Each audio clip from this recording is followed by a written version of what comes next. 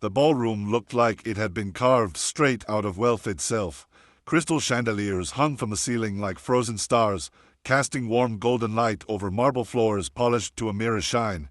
Men in tailored tuxedos and women wrapped in designer gowns moved gracefully through the room, champagne flutes in hand, laughter floating like soft music in the air.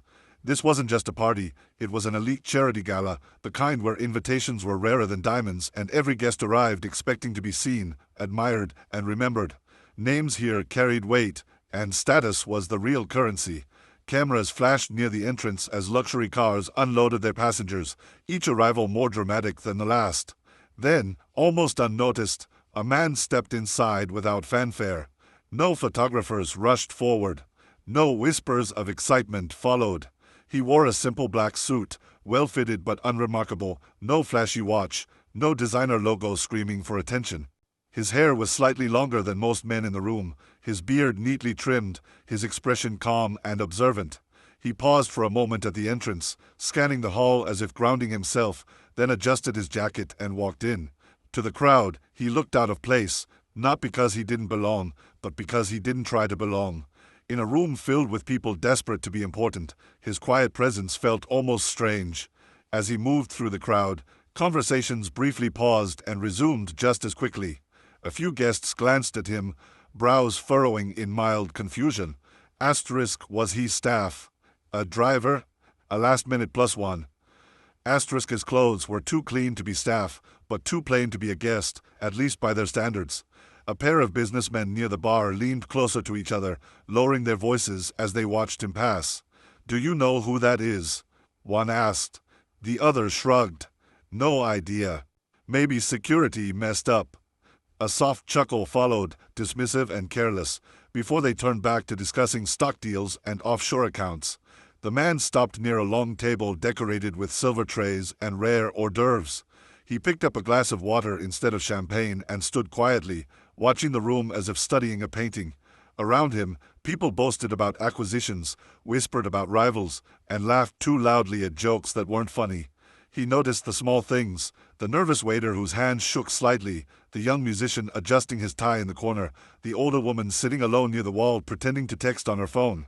His eyes held empathy, not judgment. If anyone had bothered to look closely, they might have recognized him. But no one was really looking. They were too busy looking at themselves. Near the center of the room, a group of wealthy guests gathered around a woman dressed in a shimmering designer gown. Her jewelry alone could have funded a small village for a year. She spoke loudly, confidently, commanding attention with every word. People laughed when she laughed, nodded when she spoke, eager to stay in her good graces. Her gaze drifted across the room, then stopped on the quiet man standing alone with his glass of water. Her smile faded, replaced by a look of irritation, as if something imperfect had entered her flawless world. She leaned toward her friends and whispered, eyes fixed on him. A few of them turned to look, smirking. The atmosphere shifted subtly, like a calm sky before a storm. The man, unaware of the attention, or perhaps simply unbothered, took a slow breath and straightened his posture. He hadn't come to impress anyone. He hadn't come to be recognized. He was there for a reason far deeper than status or applause, a reason no one in that room could yet imagine. As the music softened and the woman began to move in his direction, the invisible line between humility and arrogance was about to be crossed, and within moments, this glittering hall of pride would learn a lesson it would never forget. The woman moved through the crowd with the confidence of someone who believed the room belonged to her. Guests instinctively stepped aside as she passed, their conversations trailing off in her wake. Her heels clicked sharply against the marble floor, each step deliberate, almost confrontational. When she stopped in front of the quiet man, the surrounding chatter softened into a tense murmur. She tilted her head slightly, eyes scanning him from his shoes to his face, her expression a mixture of disbelief and contempt. The contrast between her glittering gown and his simple black suit seemed to offend her on a personal level. "Excuse me," she said loudly, her voice cutting through the soft background music. "I think you're lost." A few nearby guests turned to watch, curiosity lighting their faces. The man met her gaze calmly, his expression neutral. "I don't believe I am," he replied gently. That answer only sharpened her smirk. She let out a short laugh and gestured around the room. "This is a private event," she continued, raising her voice just enough to draw more attention. "Invitations are very specific. Staff entrances are in the back." A ripple of uncomfortable laughter spread through the circle of onlookers. Some smiled awkwardly, others looked away, pretending not to hear. The man held his glass steady, not flinching. "I was invited," he said, his tone respectful, almost apologetic. The woman scoffed, crossing her arms. "Invited," she repeated, dragging the word out. "To this event." She turned to her friends as if seeking validation, and they responded with amused nods and hushed chuckles. One of them whispered something that made her laugh even louder. "Listen," she said, leaning closer to him, "I don't know who you think you are, but you're embarrassing yourself. And honestly, you're embarrassing the rest of us." A hush fell over the nearby tables. Waiters slowed their steps. Conversations died mid-sentence. The man's eyes flickered briefly across the faces around him, some amused, some uneasy, some openly judgmental. He noticed a young waiter freeze nearby, unsure whether to intervene or disappear. He noticed a couple standing close together, whispering nervously, sensing that something had gone wrong. Still, he remained composed. "I'm sorry if I've caused any discomfort," he said quietly. His humility only seemed to irritate her more, as if his calm robbed her of the reaction she wanted. She straightened and raised her hand slightly, signaling toward the security guard stationed at the edge of the hall. "This is ridiculous," she said sharply. "We can't have just anyone wandering around pretending they belong. Security should do their job." One of the guards hesitated, glancing between the man and the woman, unsure of what to do. The tension in the room thickened, every second stretching longer than the last. Cameras that had been pointed elsewhere suddenly turned in their direction, sensing drama.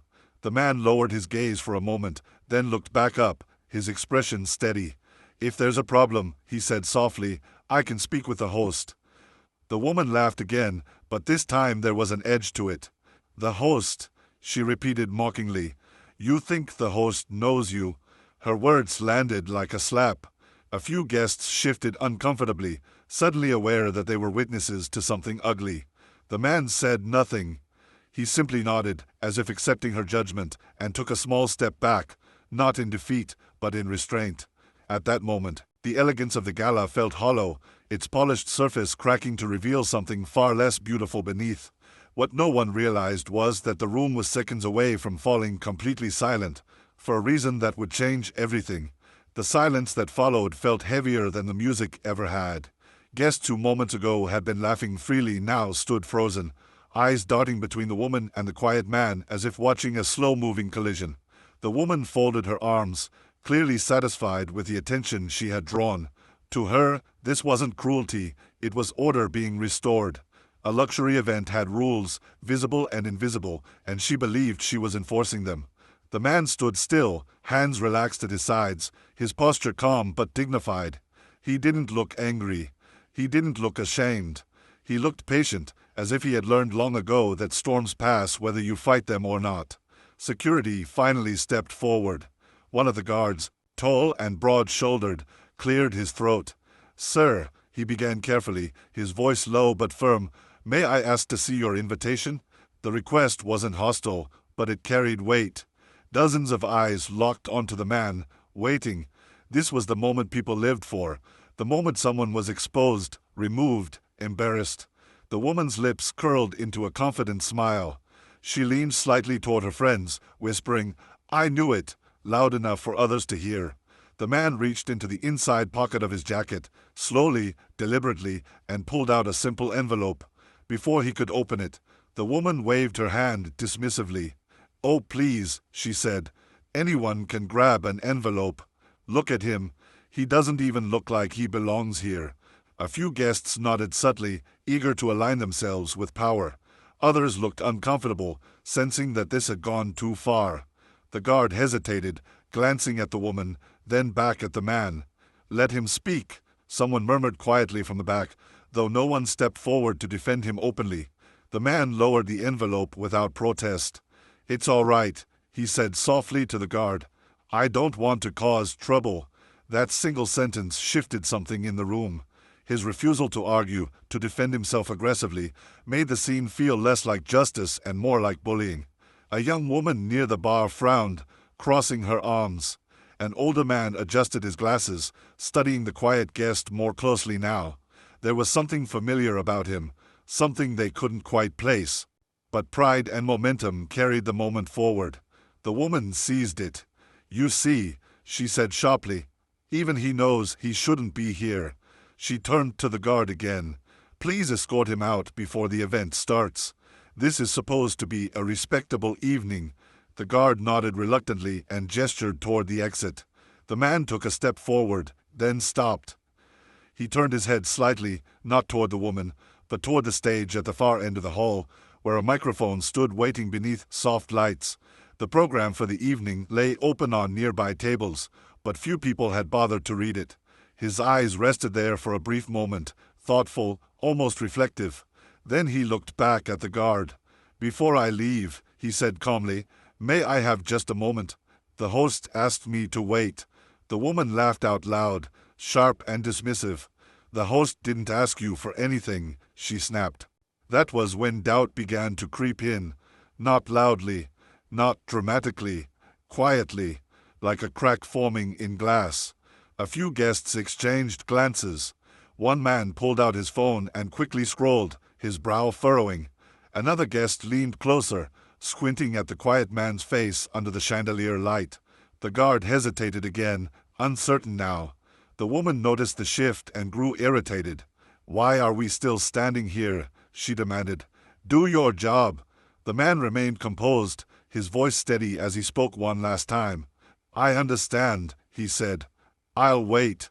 And as he stood there, calm in the center of judgment, the room unknowingly balanced on the edge of revelation, moments away from realizing just how wrong they had been.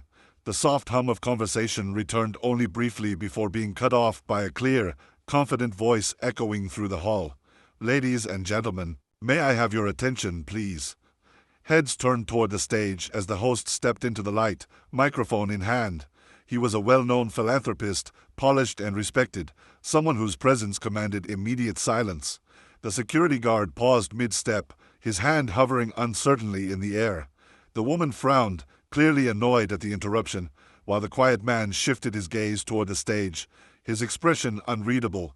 The chandeliers above seemed to glow brighter as anticipation rippled through the room. The host smiled warmly at the crowd. "Thank you all for joining us tonight," he began. "This evening is about generosity, compassion, and making a real difference in the lives of those who need it most." He paused, scanning the audience slowly. "Before we begin, there is someone very special I would like to acknowledge." His eyes settled on the man standing near the exit. A man who asked for no recognition, who didn't want his name mentioned at all, but without him, this event wouldn't exist. A murmur swept across the hall. The woman's confident posture stiffened. Her smile faded as confusion crept into her expression. The host continued, his voice steady and sincere. "The children's hospital we are raising funds for tonight. The new wing, the equipment, the treatment programs, every major donation came from one person." He gestured gently toward the quiet man. "That person is Keanu Reeves." The words landed like thunder. Gasps echoed across the ballroom. Glasses froze mid-air. Conversations stopped entirely. The woman's face drained of color, her lips parting slightly as if to speak, but no sound came out. The guard's eyes widened, and he stepped back immediately, lowering his hand in disbelief. Keanu stood still, visibly uncomfortable with the attention. He offered a small nod to the host, almost apologetic, as if saying this wasn't necessary. The host smiled and continued, "He didn't come here to be praised. He came here because he believes kindness should be quiet." The crowd erupted, not with laughter or chatter, but with stunned silence followed by scattered applause that quickly grew louder. Some guests looked down at the floor, ashamed. Others stared at Keanu as recognition finally snapped into place, replaying the last few minutes in their minds with painful clarity. The woman swayed slightly, gripping the edge of a nearby table for support. Her friends stepped back instinctively, suddenly eager to distance themselves. Whispers spread like wildfire. She insulted him. She tried to have him removed. Asterisk, the woman's eyes met Keanu's for a brief moment. There was fear there now. Regret. Expectation of anger. But Keanu's expression held none of it. No triumph. No resentment. Only calm.